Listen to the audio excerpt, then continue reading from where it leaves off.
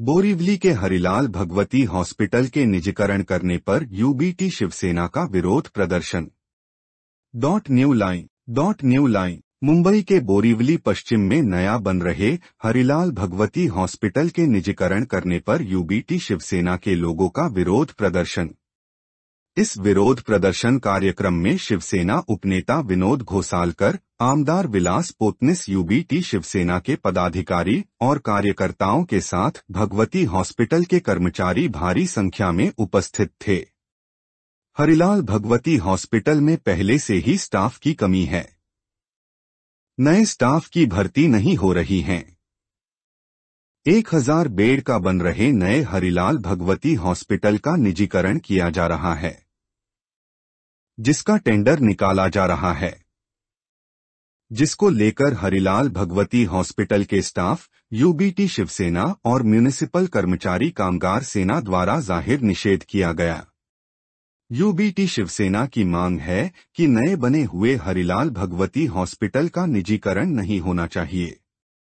अगर हमारी मांग नहीं मानी गई तो शिवसेना स्टाइल में जवाब दिया जाएगा। न्यू लाइन बाइट विनोद घोसालकर, यूबीटी शिवसेना उपनेता। काय म्हणाल, आज आपण भगवती आंदोलन नेमकं विषय काय आहे? मुंबई महानगरपालिकेच्या इतिहासातील भगवती रुग्णालय खाजगीकरणाचा हा जो निर्णय आहे तो अतिशय मुंबईकरांच्या दृष्टिकोनातून, मराठी माणसांच्या दृष्टिकोनातून अतिशय खेदजनक आहे आणि त्याचा निषेध करण्यासाठी आम्ही आज इथे उपस्थित आहोत। या रुग्णालयाला 2025 साली जवळ 57 वर्ष झालेली आहेत। हरिलाल भगवती नावाच्या जगाच्या दानशूर व्यक्तीने हा भूखंड रुग्णालयासाठी दिला। 100 किलोमीटर गोरेगाव ते पालघर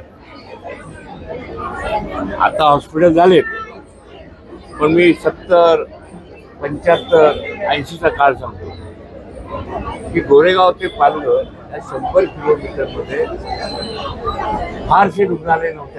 आज आहेत, पण त्या काळामध्ये पालघर असू द्या, वापी असू द्या, फारसे रुग्णालय नव्हते। त्यावेळेला एक मोठा आधार या भगवती रुग्णालयाचा होता। मी ज्यावेळेला 2005-8ला बघितलं, 65,000 ओपीडी इथं होती, 65,000 पेशंटची नोंद इथं झालेली आहे। पुन्हा भौगोलिकदृष्ट्या पाहिलं तर हे रुग्णालय किती महत्वाचं आहे, कारण इथे रेल्वेचं जाळ आहे। वसई असू द्या, पालघर असू द्या, ठाणे असू द्या, बोरिवली असू द्या, इथे समुद्रकिनारा आहे, इथे डोंगर आहेत, आदिवासी पाडे आहेत, ठाण्यासारखा आदिवासी भाग आहे, तिथे आत्ता सुविधा होत आहेत। त्या सगळ्यांना हा आधार होता। आणि असं असताना त्यावेळेला 2005 साली या भगवती रुग्णालयाची ज्यावेळेला स्लॅब पडायला लागले त्यावेळी ते डीनने आम्हाला बोलवलं होतं आणि सांगितलं ह्या भगवती रुग्णालयाची दुरुस्ती करण्याची आवश्यकता आहे। स्लॅब पडतायत, पेशंटला किंवा डॉक्टर नर्सेसला अपघात होण्याची शक्यता आहे। त्यावेळेला आमचे महापौर होते, मला आठवतंय की साधारण त्या काळामध्ये ह्या सगळ्या धरणामध्ये सुनील प्रभू आणि सुभाराव असे 2 महापौर ह्या काळामध्ये ह्या भगवतीच्या वाटचालीमध्ये होऊन गेले। त्यावेळेला आम्ही माननीय शिवसेनेचे पक्षप्रमुख माजी मुख्यमंत्री उद्धवजींकडे गेलो आणि सांगितलं की आम्हाला केईमच्या धर्तीवर या उपनगरामध्ये बोरिवलीमध्ये हॉस्पिटल पाहिजे आणि ताबडतोब तात्काळ महापौरांना बोलवून आयुक्तांना सूचना देऊन माननीय उद्धवजींनी सांगितलं की बाबा इथे स्पेशालिटी आणि सुपर स्पेशालिटी, कारण आज केएमला जायचं म्हणजे 2-2.5 तास प्रवासाला लागतात, रुग्णाचे हाल होतात। आणि खाली मान्यता मिळाली, आयुक्तांनी अनेक मिटिंग घेऊन शेवटी आम्ही शेवटची मिटिंग सर्व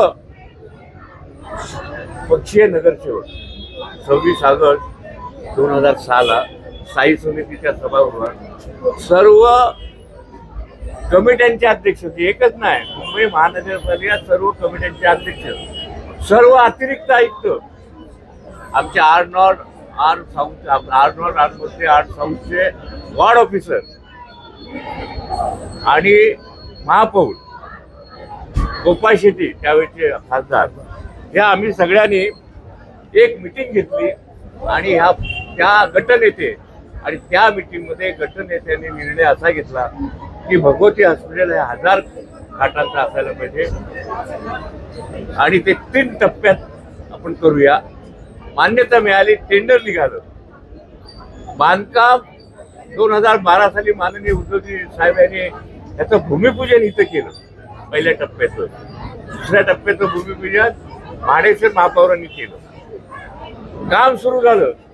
आज जवळजवळ काम 75% काम सुरू झाले. 320 कोटी, आकडा लक्षात घ्या, 320 कोटी मुंबई महानगरपालिकेने खर्च केले. इथे नर्सेसची बिल्डिंग आहे, क्वार्टरची, डॉक्टरांसाठी राहण्यासाठी सुद्धा घरं आहेत, त्याची सुद्धा इथे प्रोव्हिजन केलेली आहेत आणि 1000 खाटा. आता या अचानक ह्या बजेटमध्ये 2024-25च्या बजेटमध्ये 25-26च्या बजेटमध्ये आदरणीय आयुक्तांनी घोषणा केली की हे खाजगीकरणामध्ये घ्यायचं. माझा पहिला सवाल आहे की तत्कालीन जे कोणी अधिकारी होते, कमिशनर होते, चेअरमन होते, खासदार होते, आमदार होते, ज्यांचा जो प्रस्ताव सभागृहात मंजूर झालेला आहे, तो तुम्हाला एकट्याला अशी घोषणा करण्याचा अधिकार आहे का पुन्हा सभागृहापुढे आणावा लागतो, अशी माझी माहिती आहे. एक. दुसरं आहे की अशा प्रकारच्या आरोग्य सेवा कारण नसताना खाजगीकरणाचं देण्याचा महानगरपालिकेची जबाबदारी आहे, नैतिक जबाबदारी आहे की त्यांनी जनतेला आरोग्य सेवा पुरवाव्या. ही महानगरपालिकेच्या 1888 कायद्यामध्ये प्रोव्हिजन आहे की त्यांनी महानगरपालिकेने पाणी देणं, शौचालय उभे करणे, रस्ते करणे, सेवा देणे हे महानगरपालिकेचं काम आहे. मग अशा वेळेला कुणी ह्या आयुक्तांना सांगितलं की हे खाजगीकरणाकडे आणि याचं कारण काय हे सुद्धा आम्हाला आयुक्तांकडून माहिती पाहिजे, मुंबईकरांना, आम्हाला लोकप्रतिनिधीला, की तुम्ही हे कशाने कुणाच्या सगळ्यामुळे केले, इथल्या एमपीच्या सगळ्यामुळे केलं. मला जाऊ देतोय आणि मी संशय जाहीरपणे व्यक्त करतो. म्हणजे आम्ही तात्कालीन मुंबई शहरातले सगळे लोकप्रतिनिधी, सगळे आयुक्त, सगळे पदाधिकारी आम्ही मूर्ख. हा 57वा वर्ष या भगवती हॉस्पिटल आहे. 2092 साली बॉम्बस्फोट झाले रेल्वे स्टेशन बोरिवलीला. ह्याच रुग्णालयाने सगळे पूर्ण वाचवले. शेकडो रुग्ण तिथे जखमी झाले होते. अतिवृष्टी झाली 2006 का काहीतरी. त्यावेळेला सगळ्या मुंबई शहरापेक्षा सगळ्यात जास्त रुग्ण इथे होते. कोविड झाला. सगळ्याच परफॉर्मन्स या भगवती रुग्णालयाचा एकही पेशंट इथं रुग्ण म्हणून लगावला नाही. अशा वेळेला इथे गरज असताना तुम्ही अशा प्रकारे टेंडर करणं हे पहिलं माझं ऑब्जेक्शन. नेहमी भगवती ऐका. दुसरं माझं ऑब्जेक्शन असं आहे की हे भगवती रुग्णालय महाराष्ट्राप्रमाणे सांगली भौगोलिक परिस्थिती आहे. जंगल आहे, रेल्वेचं जाळं आहे, एसटीचं जाळं आहे, आलक्ष्यामध्ये समुद्र किनारा आहे वगैरे वगैरे वगैरे. जर एखादा अपघात झाला तर इथे आता पैसे दिल्याशिवाय पेशंट ऍडमिट होणार नाही असं त्या कंडिशन मध्ये आहे. म्हणजे त्यांनी असं मुंबई आणि मुंबई शहर आणि उपनगरातील ज्या मुंबईकरांना इथं आरोग्य सेवा घ्यायची असेल त्यांच्याकडे रेशनिंग कार्ड असणं आवश्यक आहे. ज्यांच्याकडे रेशनिंग कार्ड नाही आहे त्यांना ही सेवा देणार नाही.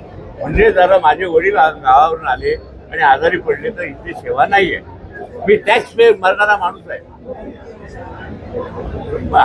ह्या आयुक्तांनी ह्या सगळ्या गोष्टीचा विचार केला. उद्या हायवेला ऍक्सिडेंट झाला आणि जर इथं आणलं तर त्याला पैसे भरावे लागणार आणि ते सुद्धा नियमाप्रमाणे. आता जे पैसे घेतलात की ते तुमचं हे काढायला पैसे जे घेतात ते तुमचं रजिस्टर करायला. आपलं जर मी इथं आलो तो पुण्यामध्ये जाऊन माझं नाव म्हणजे 10 रुपये ते सगळे मला भरायचे आहे.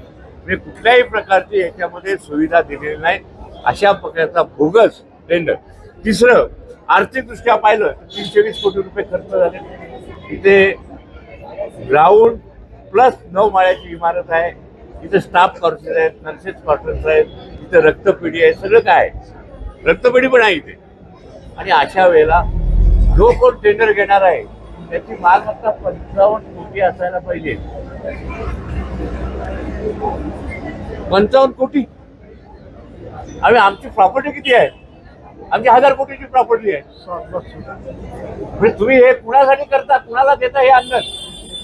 हा एक माझा एक ऑब्जेक्शन आहे. म्हणून काल जी त्यांनी 24 तारखेला मार्चला महानगरपालिका सभागृहामध्ये त्यांनी जी कॉन्ट्रॅक्ट बिल्डिंग लावली होती, ज्यांना कुणा टेंडर भरायचं त्यांना बोलवलं होतं, ती मिटिंग आम्ही उधळून लावली. आणि ते सगळे जे आले होते भरणारे ते माझ्या माहितीप्रमाणे ज्यांनी कांदिवली, मालाड, बोरिवलीमध्ये महानगरपालिकेचे छोटे छोटे जे वास्तू घेतलेले आहेत चालवायला ते झाले होते. मी सांगितलं पहिलं ह्या सगळ्यांचे पहिल्यांदा ऑडिट करा.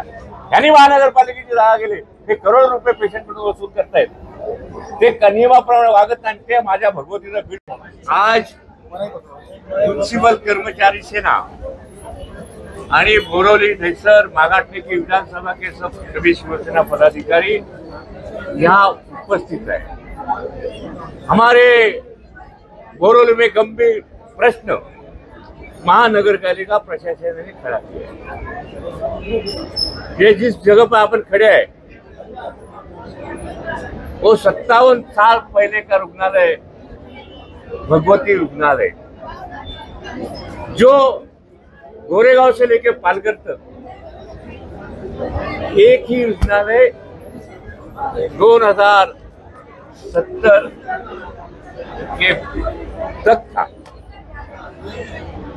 और इसका परफॉर्मेंस भगवती रुग्णालय का, वो गरीब लोग आते थे, छोटा मोटा ऑपरेशन करते थे, एडमिट होते थे, बिना खर्चा बिना पैसा देके अच्छे होके जाते थे. आज कभी एक ही खासदार था गोरेगांव से पालघर, आज 3 खासदार हो गए, आज 4 आमदार हो गए. इधर बोरिवली के बोलते आगे तो छोड़ो. इतना पॉपुलेशन बनने के बाद 2006 में जब ये उसका जब स्लैब गिरने लगा तभी हमारे सारे लोक प्रतिनिधि, मैं खुद, तभी मेयर शिवसेना के थे, हम माननीय उद्धव जी साहब के साथ गए और बोले भगवती की रिपेयरिंग की का टेंडर दिखता है वो हमें मंजूर नहीं है. भगवती का रीडेवलपमेंट और केम के धरती के ऊपर एक सबब में बोरिवली में एक अच्छा हॉस्पिटल होने की जरूरत थी. माननीय उद्धव जी ने वो महापालिका आयुक्त और मेयर को बुला के उसने बोला कि इनका बात है वो बराबर है कि सबब के लिए एक सुपर स्पेशलिटी हॉस्पिटल की गरज है. और हम लोगों ने काम शुरू किया. हमारे नगर सेवक, हमारे प्रभाग समिति अध्यक्ष, हमारे मेयर, हमारे सभागृह नेता, फटाफट हम लोग काम पे लगे. और ये शशि प्रभु आर्किटेक्ट ने इसका 1000 खाट का ये रुग्णालय का डिजाइन बना दिया. महानगरपालिका सभागृह में टेंडर मंजूर हो गया, काम शुरू हो गया. 320 करोड़ रुपया महापालिका ने खर्चा किया और अभी टेंडर निकाला प्राइवेट एजेंसी. प्राइवेट एजेंट में पैसा लेके काम करने वाले, वो भी टेंडर में हमारा ऑब्जेक्शन है. 300 हमारे लिए, जनता के लिए 147 खाट और 1000 खाट का 370 खाट किया. और बाकी का प्राइवेट जो कोई लेने वाला है हॉस्पिटल, उसके लिए पैसा देके खाट के लिए उसको प्रोवाइड किया. अभी टैक्स हम भरते हैं. मुंबई महानगर पालिका पश्चिम मुंबई में सबसे ज्यादा टैक्स देते हैं. हमारे 147 स्पॉट और प्राइवेट के लिए बाकी का 400 स्पॉट. ये कौन सा तरीका है? इसके ऊपर पहला मेरा ऑब्जेक्शन है. मेरी मांगे ये महानगर पालिका ने चलाना चाहिए और सुपर स्पेशलिटी हॉस्पिटल जेएम के धरती के ये भगवती होना चाहिए. और हमारे लोगों को सुविधा देना चाहिए। हमारी जो जनता है और ये हॉस्पिटल ये हमारी शान है, हमारा समझा ना।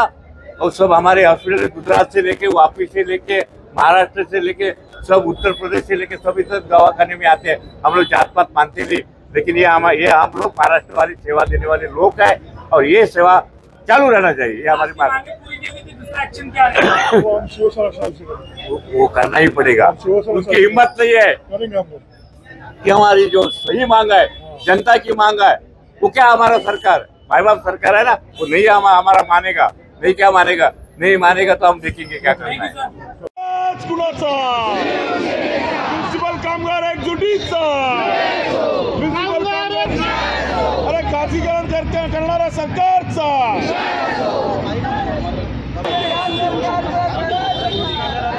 वर्षात इतकी सेवा चालली आहे आणि खाजगीकरण करण्याच्या मागचं कारण त्यांनाच माहिती, पण आमची सगळ्यांचा तीव्र निषेध आहे खाजगीकरणाला।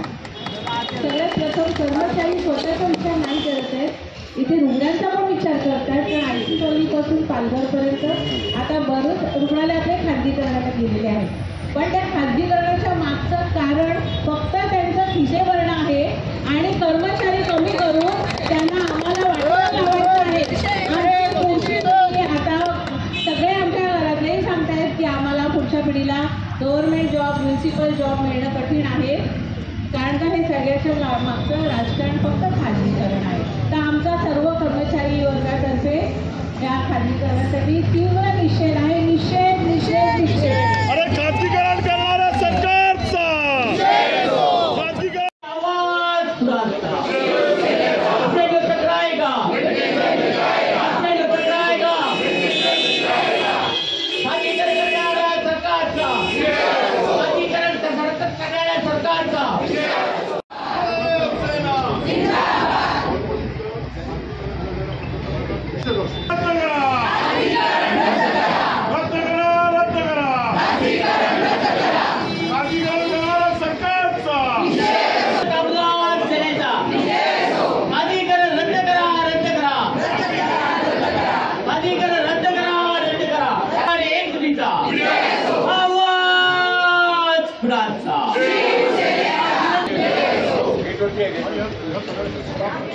माननीय बाळासाहेब ठाकरे यांचा जय भवानी, जय शिवाजी। हिंदुस्थान के हिंदुत्व सम्राट सरसेनापती शिवसेना प्रमुख माननीय बाळासाहेब ठाकरेंचा जिंदाबाद पुण्याचा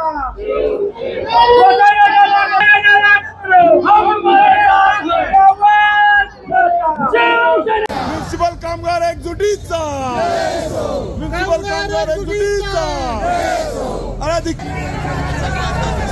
अरे खाजगीकरण करणारे सरकारचा, अरे खाजगीकरण करणाऱ्या सरकारचा।